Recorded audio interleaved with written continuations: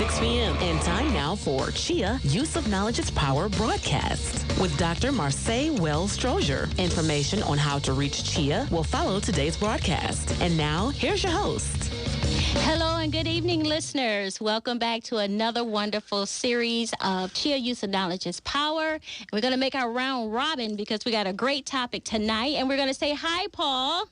You're going to come to me first. Well, bye, Paul. Yes. Why do you treat me like that? I thought you liked me. You know what? I really do appreciate you very much so. Thank you. I really do. And I appreciate not just who you are, but what you do for this radio show that we have. And so that's my nice words for you tonight. And those were forced, weren't they? Yeah, they were. So you had to write that down. Now I have to talk to the most important person. Hi, Al. Hey, how you doing, my I'm dear? doing great. How are you? Oh, man, blessed and Hey. highly favored. You know it's supposed to snow?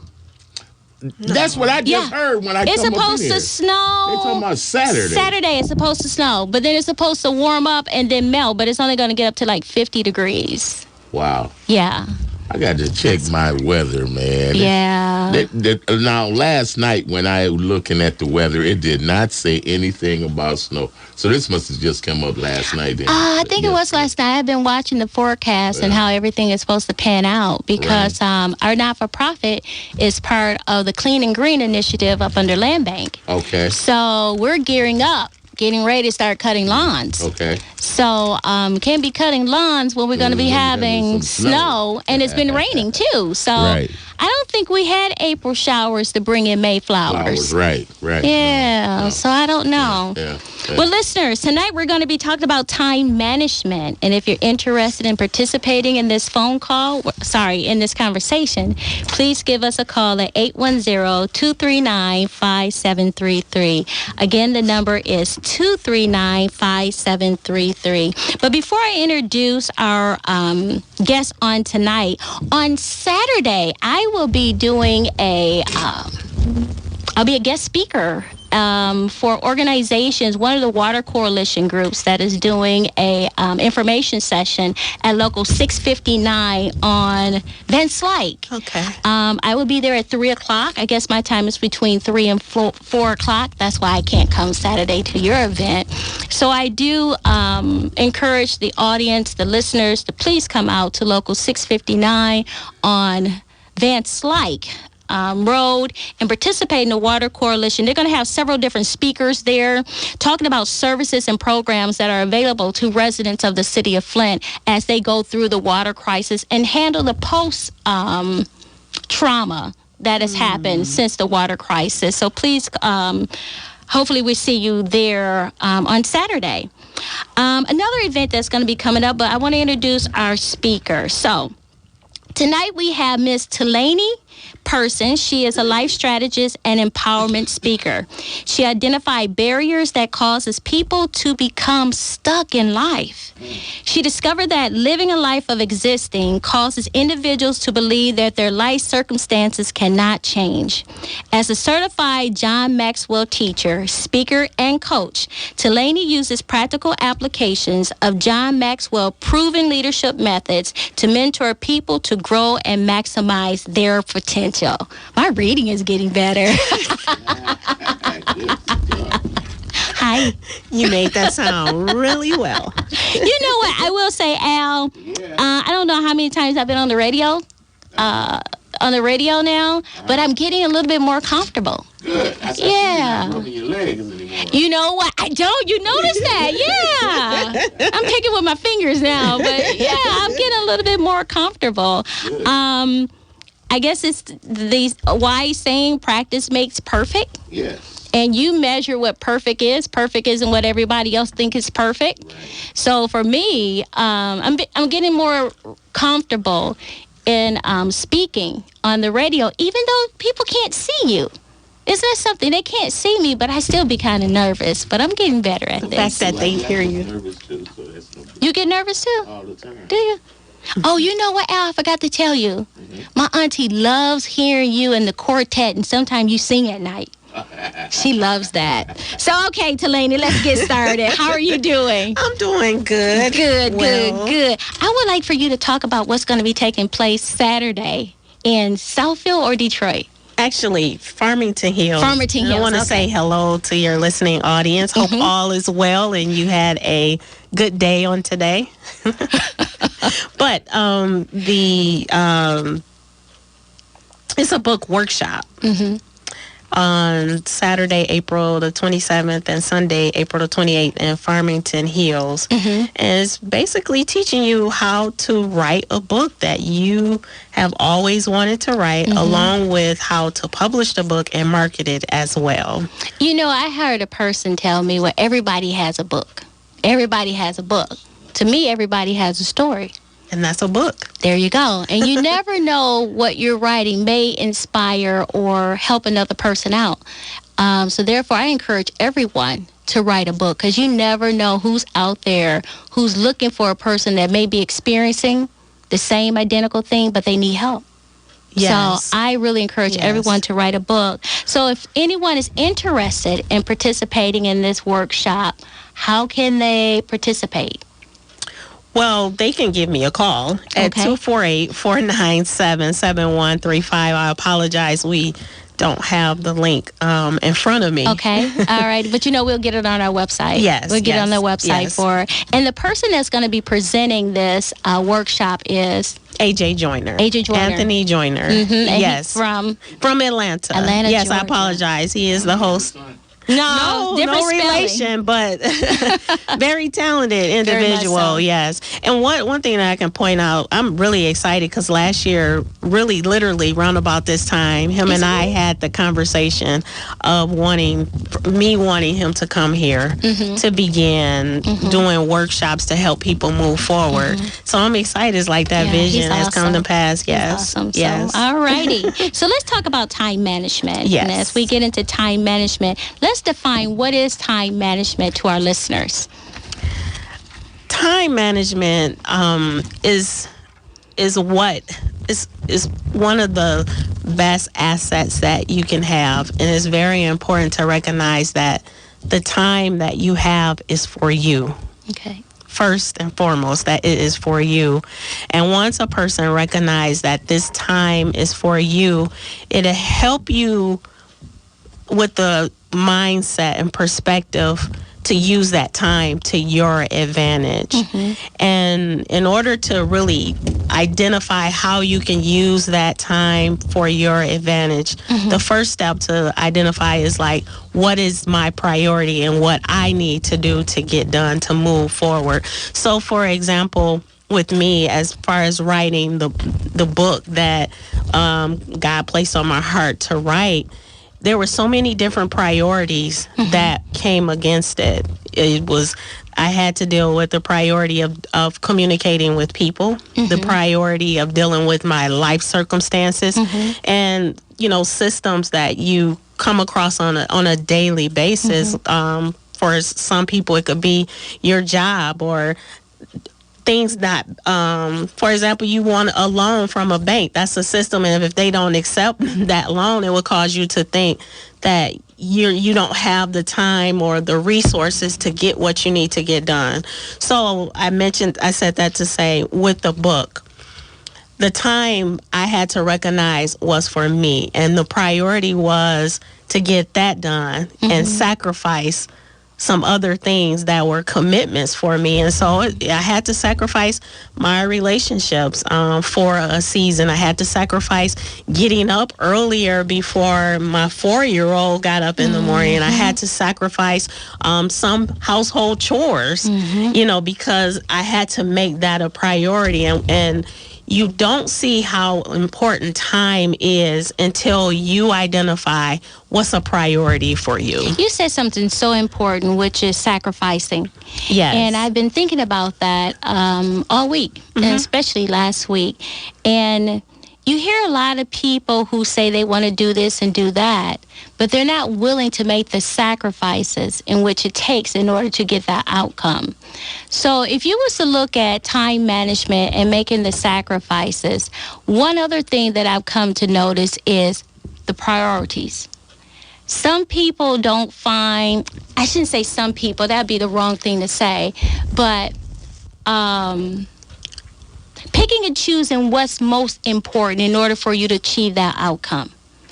I think a lot of times when it's like when I'm working with students, one of the things that I do have a problem with sometimes is homework coming back from adult students. Again, at our Adult Learning Center, we work with adults 25 years of age and older.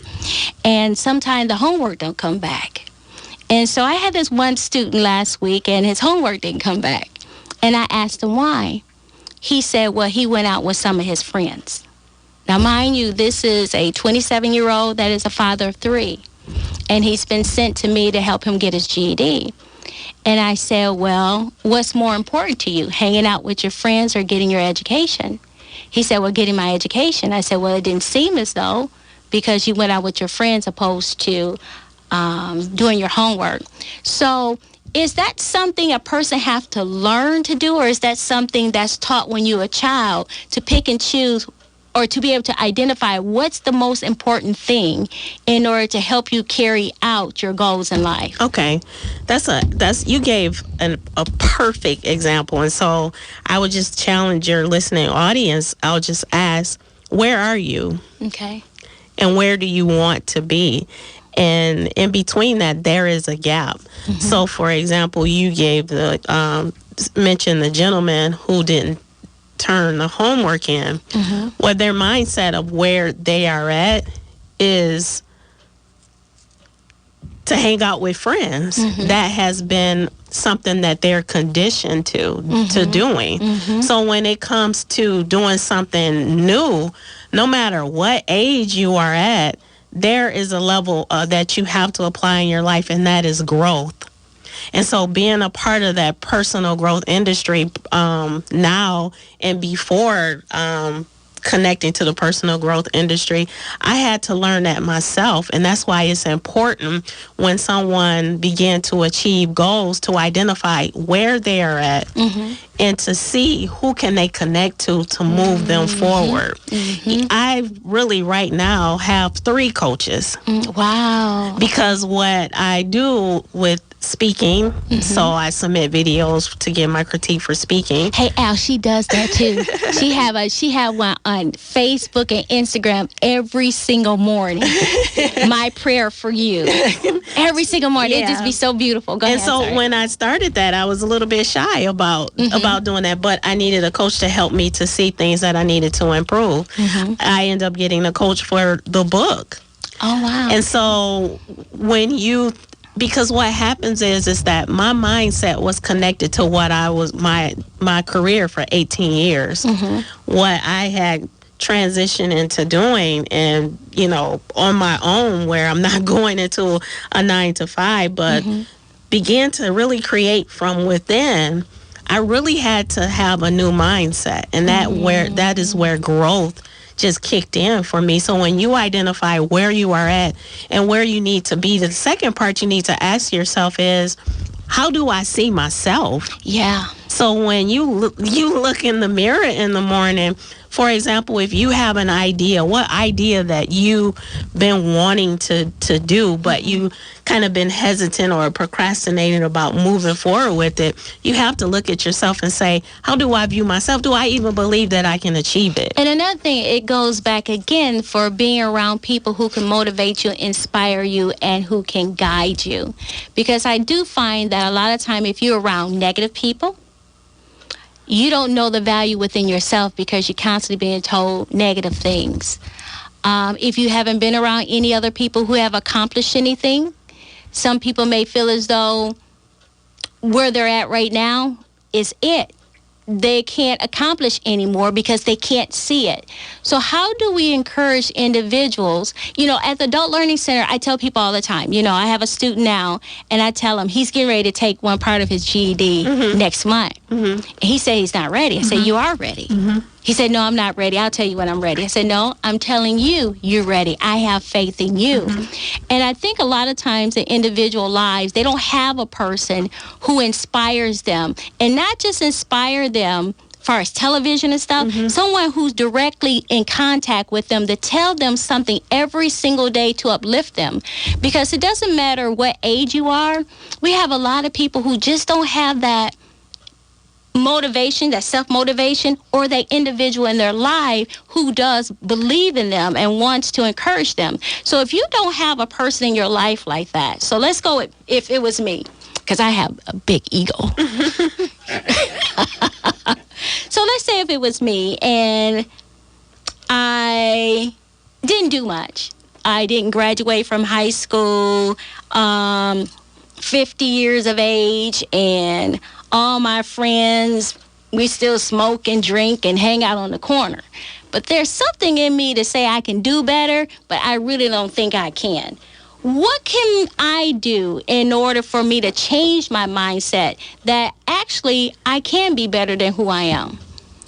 That's where it's important to find a growth environment, meaning that find someone that, for example, that is doing what you want to do, or find someone that has, you see they mastered a certain area of their life and approaching them, you know, to what it is they want to, you know, how did they do that? It's very important to establish yourself as being teachable. One of the things that I found out in this process is that by nature, just because it looks easy, or you can look and see that someone is doing something and it's natural for a person to say, oh, I can do it. It's easy to say that until you get into that space of trying to do it, because the things that challenge you is fear, doubt, uncertainty. And when you are faced with those type of scenarios, dread, you know, with that being said, you get into that space where you don't feel like you're equipped to doing it. Then on top of that, you have people that's coming against you. True. Or people that don't believe in you. Or if you've been a people pleaser at one time in my life, I was a people pleaser. Make decisions based off of what people's opinion of what they said of me. Or systematic oppression. Or your own life circumstances, when you recognize that you got bills to pay. All these things are bombarding you. Yes. You have this idea or you want to change in your life, but you feel stuck, and you and that dread comes in. And by nature, spiritual law, we were designed to grow. That's true. We have to grow. And it's so interesting. I've been in, church all my life, waiting for God's promises to manifest. But I didn't understand the importance of growth until I learned the science of personal growth. So there's a faith side and there's the science side. It's the action. And so if you stay on that faith side, by experience and knowing how the science side of it works, you will remain stuck. So it's important to find that growth environment, find programs that will help you master that identity that's on the inside of you that needs to come out. Yes. Listeners, if you want to participate in this phone call, here I go again, phone call, in this conversation, please give us a call at 810-239-5733. Again, the number is 239-5733. Another thing, I had a lady to give me a call. She gave me a call a week ago, and she wanted to explain to me about her literacy problem, and she had been ashamed of it. And I tell individuals all the time, give me a call. If you know you're struggling with some reading problems, with some basic math problems, or you don't even know how to use a computer, give me a call. Because we do one-to-one sessions with adults. We do not do group sessions at all. When you have adults who are between the 0th through 4th grade in reading and math, and a lot of times 1st grade in writing, it is very embarrassing and traumatic sometimes for a lot of the students. But I encourage any listener who hears my voice at any time, if you know that you're struggling in those areas, please give us a phone call at 810-553-2140. We are here to help you. Reading is very important. We're talking about reading when it comes to the election that's going on, when we're talking about politics, when we're talking about just helping your kids with daily homework. just for your reading for your own entertainment. It's so important that you're able to read and comprehend. But if you're over the age of 25 and you're struggling with those areas, please give us a call at 810-553-2140. Let's talk about procrastination. Big one. Procrastination. I know if I have a grant, it all depends on my mood and how big the grant is. Big grants, I will procrastinate. And sometimes I think, well, am I procrastinating because I'm afraid that I might not get it? And I'm putting all this work into it, so why do it? But at the end, I still do it. I've been successful, which I'm very grateful for. But I think that's the only thing I really procrastinate on. I used to be a procrastinator years ago. And a lot of the reasons why I was a procrastinator because I didn't find it was important. So why do it? I'll just do it later on. It wasn't important. But now at the age that I am and the professional level that I am, I find a lot of things important. And I don't procrastinate as much. But for those who do procrastinate on a regular basis, what can you talk to them about? The first thing that you want to ask yourself, because it's natural to do that. What are you expecting in the outcome? And procrastination comes with that uncertainty. You feel uncertain about something. Let me ask you doubting something. something. Let me ask you a thing. Yes. If I know I'm supposed to be at work at 10 o'clock and I don't get up to 9:15, is that procrastination? That's dread. That's dread. And in all honesty, those are indicators that you have unfulfilled desires in your heart. Really? I just don't like getting up early in the morning. Yes. Okay. Yeah, seriously. Those are indicators that you have unfulfilled desires in your heart. And I was just having this conversation with my mom that life is about being, it's not about doing. And so when you have something that a greater calling, those indicators are saying, hey, there's a greater calling that's waiting for you, and have you answered that call? Got it. Okay. It's seriously, that's exactly what it is. And when that greater calling come, are you fearing it? Are you doubting it? Or are you uncertain about it? And one have to understand that we are responsible to put it into action, but we're not responsible for the outcome. Some people would say that doubting is not having faith. Is doubting something natural that we do as human beings? It's huge. It's huge. Doubt is the biggest. It's opposite of belief. Doubt is apprehension, uncertainty. The thing about us, and this is what I learned. I used to be so hard on myself, and I used to be I was a critical person. And what I learned now, I have so much compassion for people. When you understand what we have been through as people, as African Americans, learned behaviors, things that we have learned over the years, of voluntarily or involuntary, no fault of our own, that is the product of what we believe, what we perceive, what's in our memory, what our will is, what we choose to do on a daily basis. And so when you're in that state of doing something that's greater than you, it's quick to kind of suppress it. But really what the situation is presenting itself is to offer the better version of you.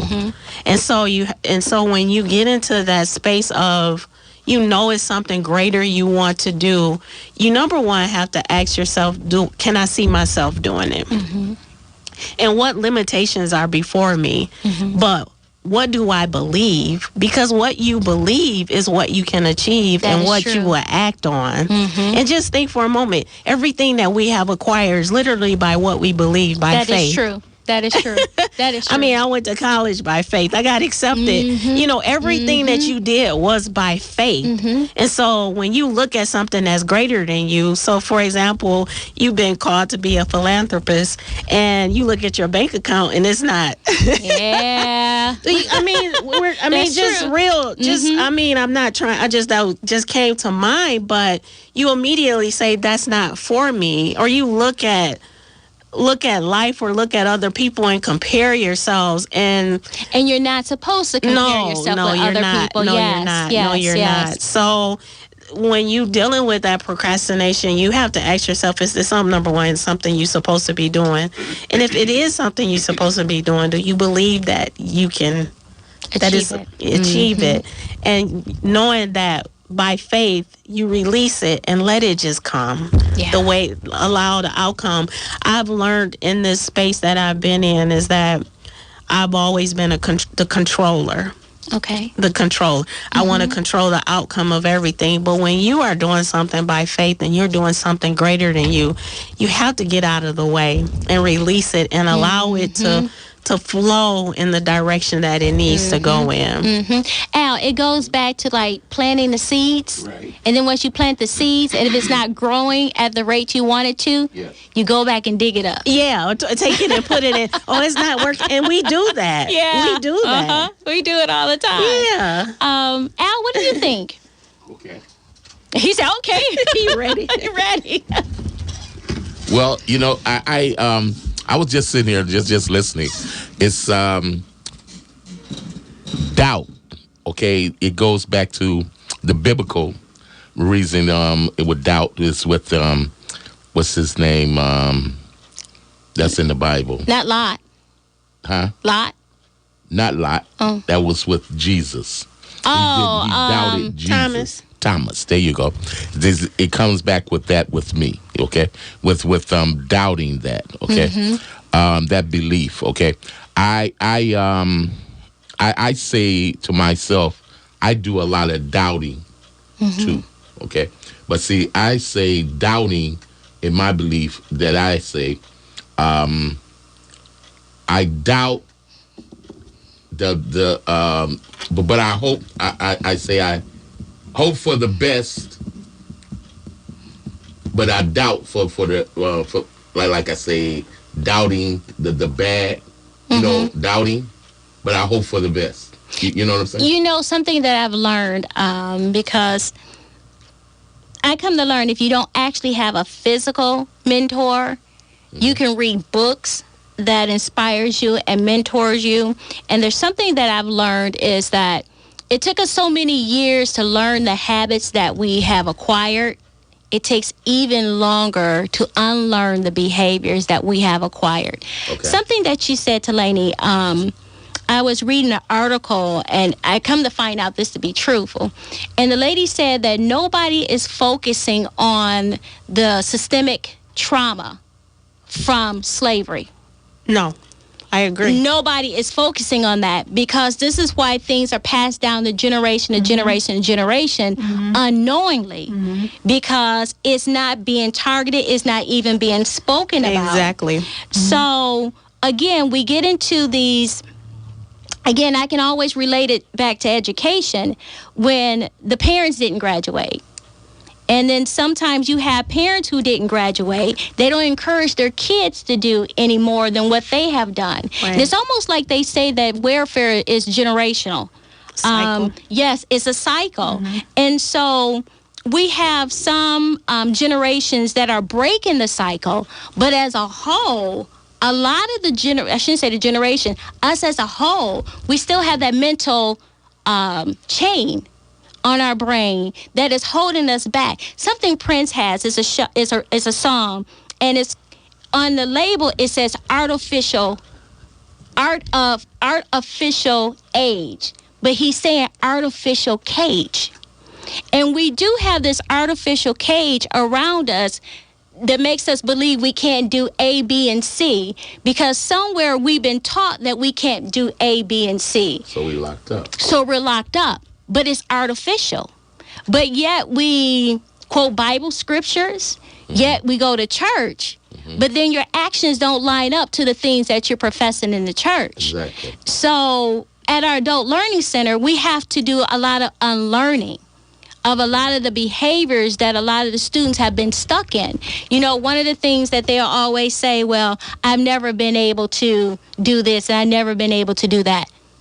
I understand that was then, but today and here is a whole different conversation. And that's the part of our human nature that you to be quick, you have to know how you were created. True. Right. Your spirit, your soul, and your body, and we were designed to live from our spirit. The first order of mankind was to live in the image of God. And so when you master and focus on that, along with an idea that is given to you, you grow in real time. So you grow in real time, and you take what it is that an idea to start something, whatever it is, you have to move with that, because when you move with that and you believe that, you begin to connect with your inner strengths. And we talked about that. People who don't like their jobs and what, they're not connected to their inner strengths. And so I don't know. Is it really? Why that time went by so fast? I was going to ask another question. Well, listeners, I want to tell you, I'm so sorry we kind of got away with this conversation, but it's something that's so important. It is vital. Because we're doing things and we don't know that we're doing it, and it's holding us back to achieving the goals or being the person that we were supposed to be created to be. So listeners, I want to tell you, thank you so very much for joining me on tonight, and I'm asking for you to join me on next week at the same time at the same place. Have a great work week. For the past 30 minutes, you've been listening to CHEA Use of Knowledge is Power broadcast with your host, Dr. Marseille Wells-Strozier. You can contact CHEA Adult Skills Center at 810-553-2140 or online at www.mychea.org. Join them again next week at the same time right here on the best variety of gospel music, the new 1420 AM